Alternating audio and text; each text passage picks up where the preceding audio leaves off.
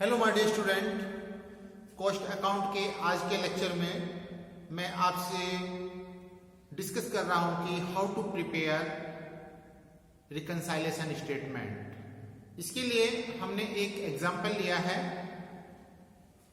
The cost book of Sunil limited disclose A profit of 45,000 rupees from the information given below.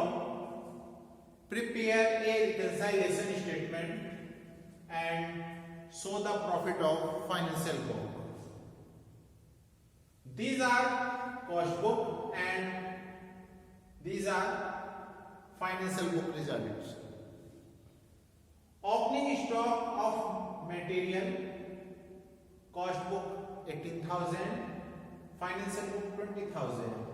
Closing stock of material, cost book 16,000 and financial book 15,000. Opening stock of work in progress 16,000 cost book and 4,000 financial book. Interest and dividend received 1,000 rupees in financial book. Loss on sale of instrument 1,500 in financial book. Transfer fees 200 in financial book. Additional information is amount of interest not included in financial book 500 rupees. Goodwill write-off 2,500. Preliminary expenses write-off 1,000 rupees and actual overhead 10,000 but recovered to 12,000. Dear student, इस लिस्टेशन के माध्यम से हम लोग रिकंसाइलेशन statement को बना रहे हैं। सबसे पहले हम इसका फॉर्मेट तैयार करते हैं इस तरीके से। नाउ हम लोग क्वेश्चन में गिवन है profit 45,000 as per cost account. Cost account के प्रॉफिट को बेस मान करके हम फाइनेंशियल अकाउंट्स का जो है प्रॉफिट कैलकुलेट करेंगे। सो प्रॉफिट एज पर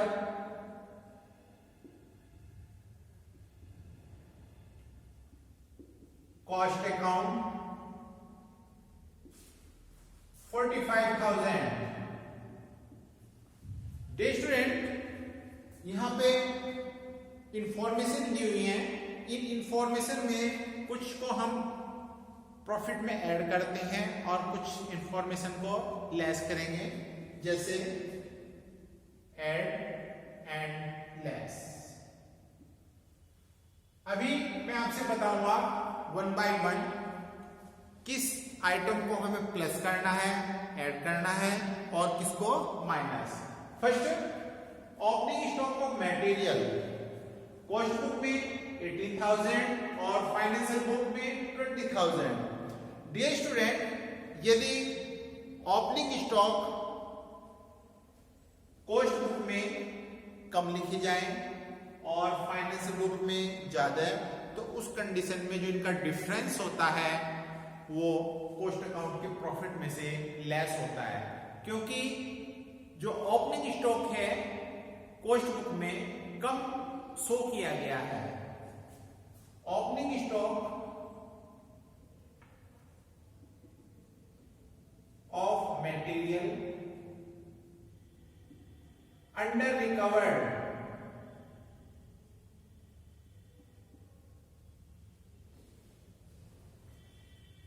2,000 रुपीज। सेकेंड, अब बात आती है क्लोजिंग स्टॉक की। क्लोजिंग स्टॉक कॉस्ट बुक में 16,000 है और जबकि फाइनेंशियल बुक में 15,000 है। यदि क्लोजिंग स्टॉक कॉस्ट बुक में ज्यादा शो किया गया है, ज्यादा लिखा गया है, ओवर रिकवर्ड है, तो उस कंडीशन में जो डिफरेंस होता है कॉस्ट और फाइनेंशियल बुक का उसको लेस किया जाता है। सेकेंड, क्लोजिंग स्टॉक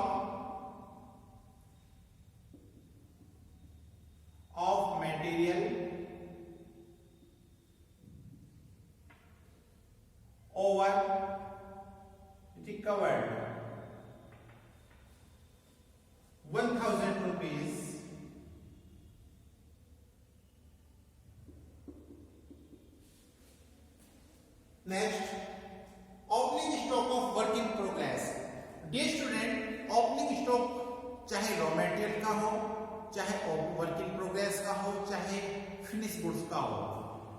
यदि ओपनिंग स्टॉक कॉस्ट बुक में कम लिखा गया है फाइनेंशियल बुक की अपेक्षा, तो उस कंडीशन में इनका जो डिफरेंस है वो माइनस होता है। जैसे कि आप यहाँ पे देख रहे हैं कॉस्ट बुक में स्टॉक 6000 है और जबकि फाइनेंशियल बुक में 8000, यानी कि इनका डिफरेंस 2000 रुपीज लेस हो जाएगा।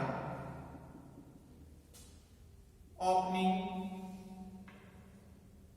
Stock of work in progress under recovered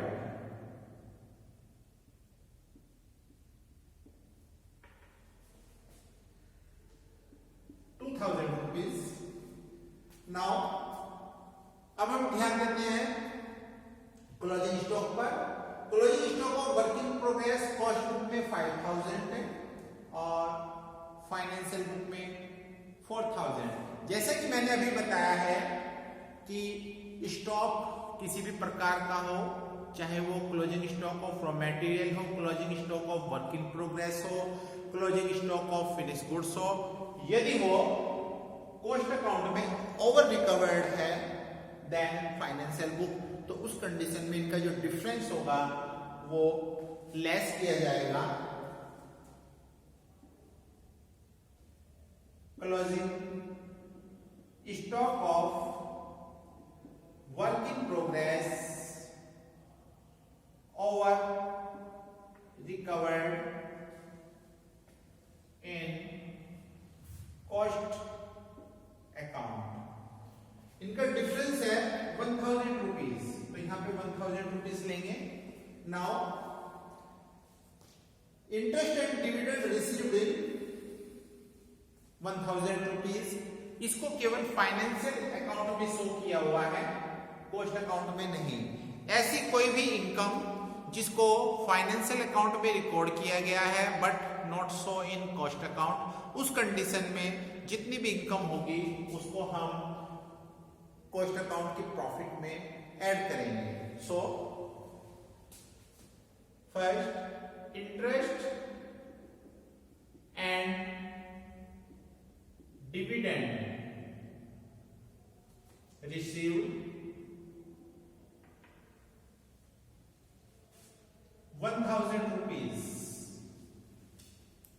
second condition, loss on sale of instrument 1500 so in financial book but not so in cost book.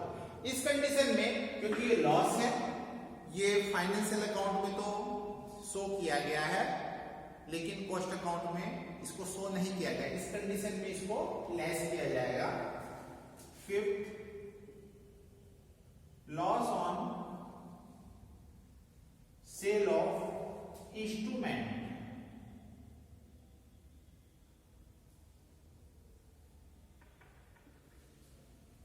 1500 rupees. Next, transfer fees.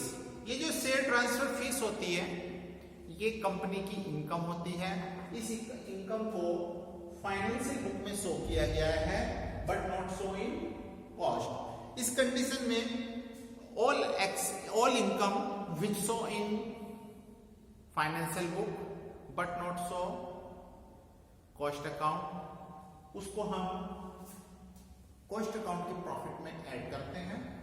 Second, transfer fees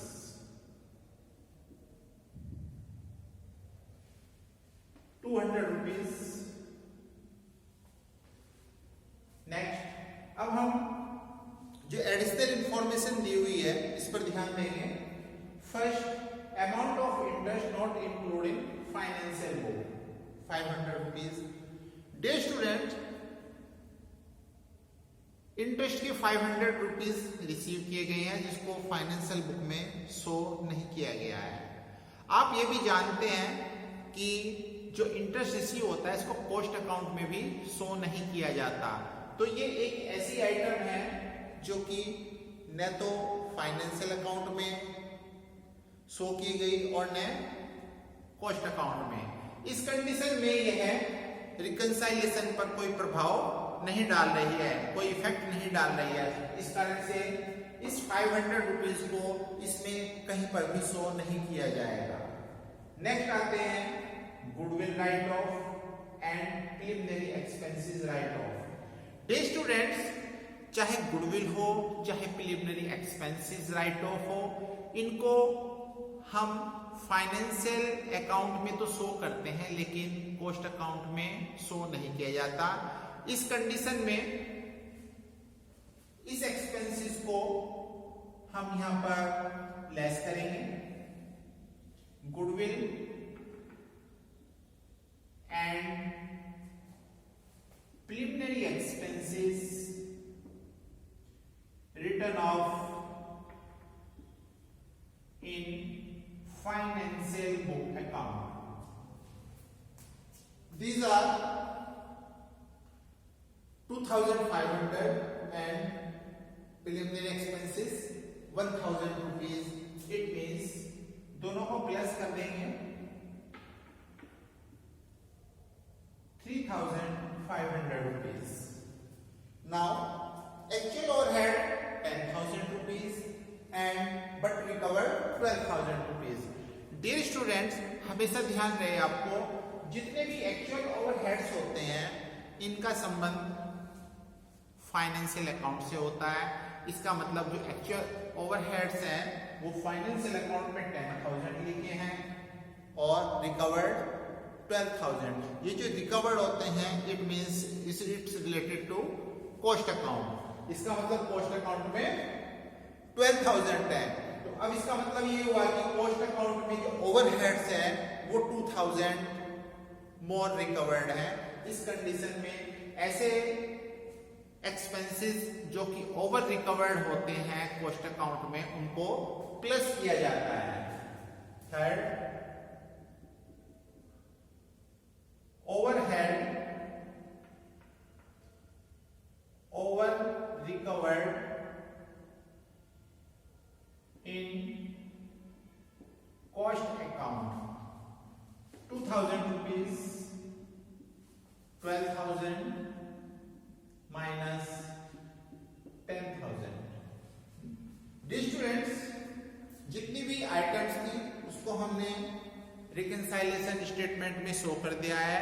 अब हम इसको पूरा complete करेंगे। Now ये total add होने वाली item है, इनको प्लस करेंगे 3,200, इनको प्लस करते हैं 45,000 में, इट मींस 48,200। इसके बाद जितनी भी लेस होने वाली आइटम है इनका टोटल करके इसमें से लेस करते हैं।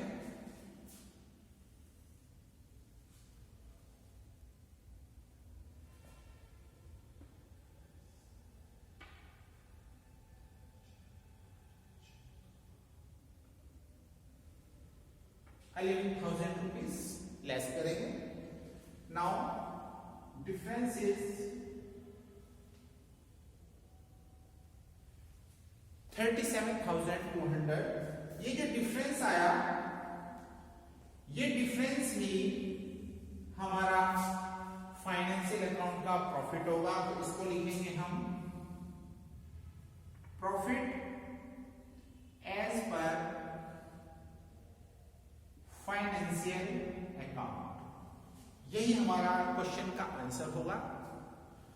डियर स्टूडेंट्स, मैं फिर एक बार आपको बताना चाहता हूं, आप जब भी रिकंसाइलेशन स्टेटमेंट तैयार करें तो सबसे पहले कॉस्ट अकाउंट के प्रॉफिट को बेस बनाएं और इसमें वो सभी एक्सपेंसेस को प्लस करें जो कि कॉस्ट अकाउंट में ओवर रिकवर्ड हो और जो खर्चे कॉस्ट अकाउंट में अंडर रिकवर्ड होते हैं उनको लेस करना है।